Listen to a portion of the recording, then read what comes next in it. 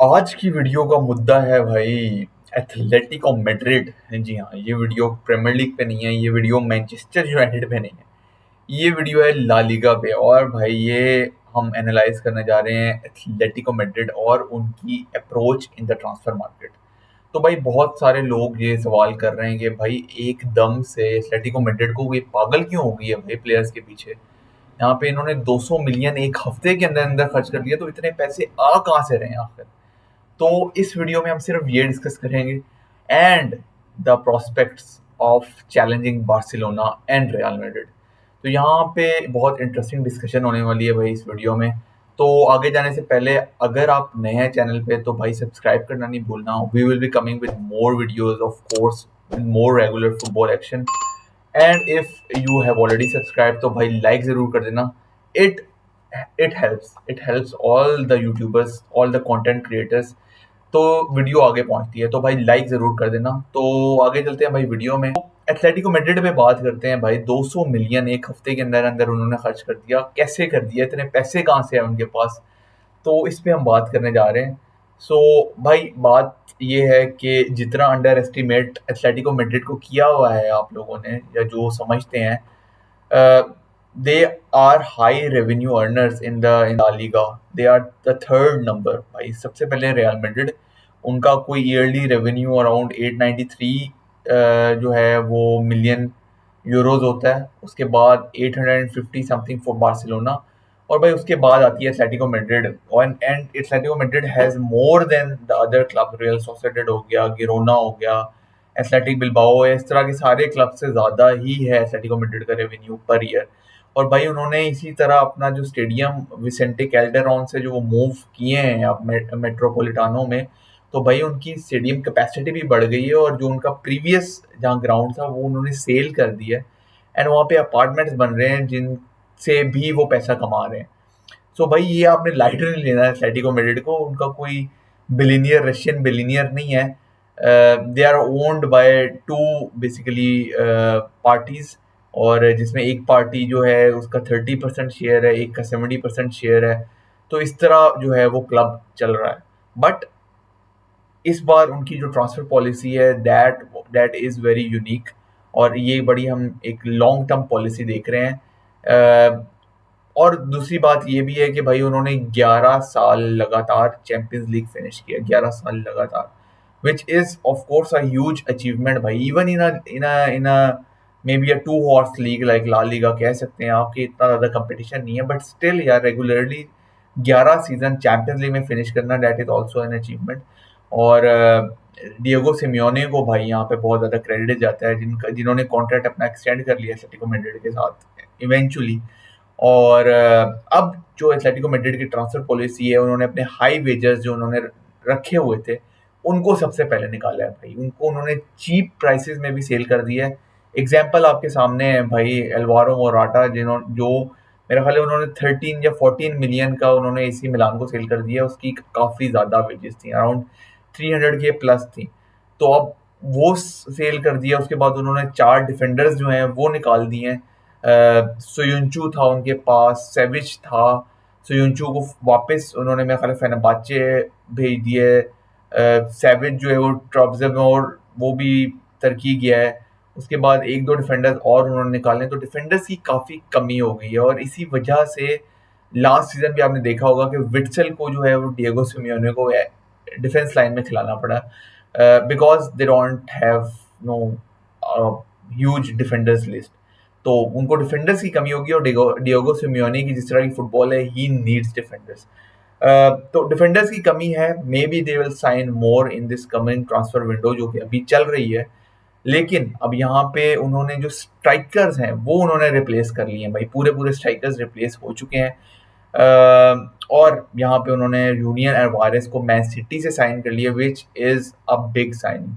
और may B he will fit into directly into that Simeone system, जो कि वो प्रॉपर्ली 3-5-2 खिलाता है।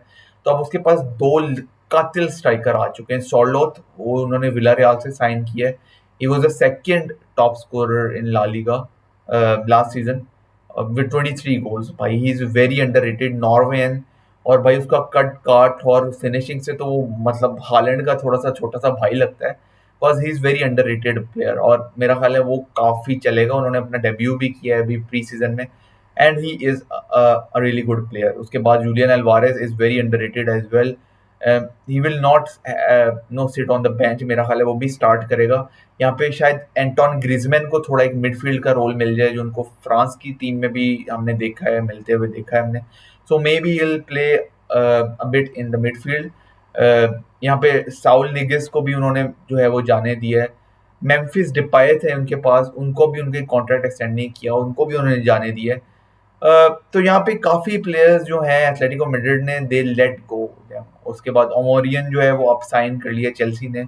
34-35 मिलियन जो पाउंड्स है वो चेल्सी दे रही है उसके लिए, और सिर्फ 6 मिलियन का साइन किया था एथलेटिको मैड्रिड ने ओमोरियन को। आई थिंक ग्रेनाडा से साइन किया था 6 मिलियन का। सो यहाँ पे आप देखें कितना प्रॉफिट उन्होंने सिर्फ एक प्लेयर पे अर्न कर लिया। एक सीजन उसने लोन पे गुजारा है, लास्ट सीजन गुड लोन, अच्छे गोल स्कोर किए, और इस सीजन उन्होंने उसको बेच दिया है।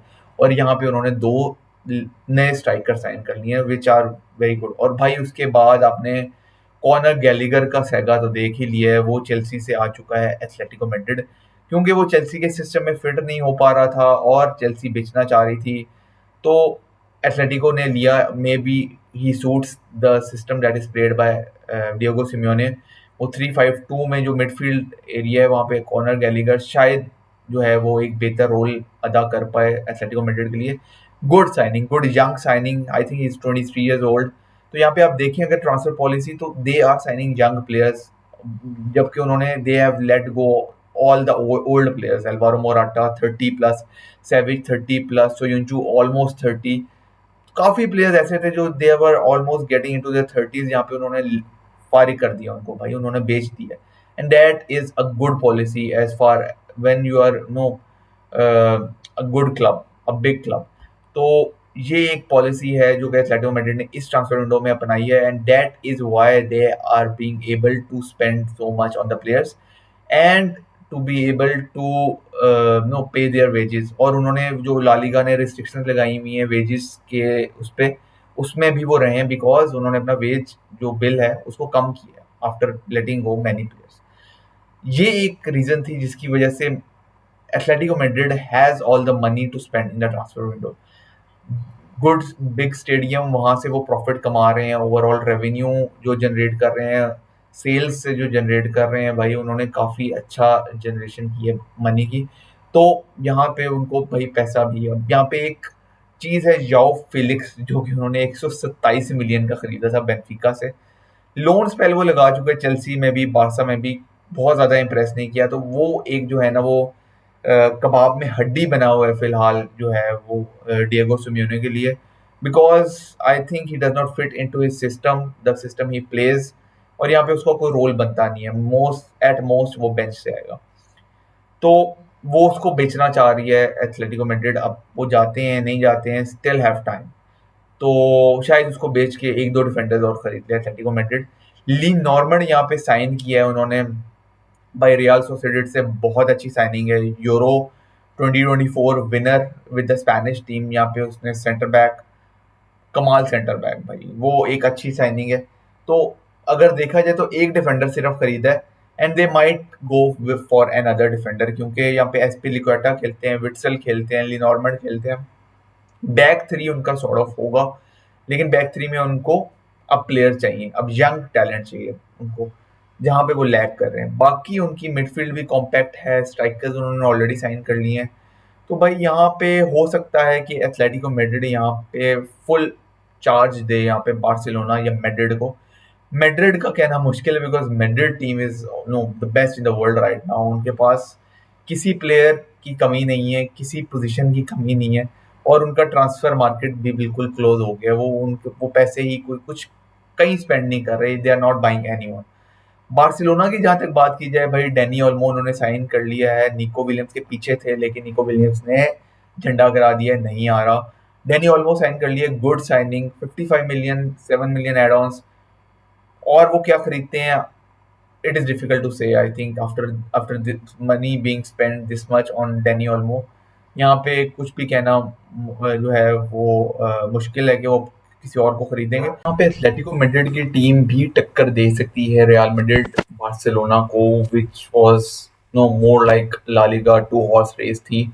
तो यहाँ पे हो सकता है कि 3 हॉर्स रेस हो जाए with all the money spend by Atletico Madrid in this transfer window and with Diego Simeone at helm. यहाँ पे देखा जा सकता है कि मे बी यहाँ पे एक अच्छा इंटरेस्टिंग ला लीगा का सीजन हमें मिले। लास्ट सीजन हमने देखा डार्क हॉर्सेस गिरोना जो है उन्होंने फिनिश किया third with Atletico Madrid at fourth. तो यहाँ पे एक हमें इंटरेस्टिंग इस साल जो है ना सीजन मिल सकता है ला लीगा में। तो भाई मुझे आप बताइएगा कमेंट सेक्शन में कि आपको क्या लगता है कि एथलेटिको मैड्रिड जो है वो टक्कर दे पाएगी रियल मैड्रिड या बार्सिलोना को in the coming season. Video पसंद आई हो तो भाई लाइक करना नहीं भूलना, चैनल सब्सक्राइब करना नहीं भूलना। मिलते हैं नेक्स्ट वीडियो में, तब तक भाई टेक केयर।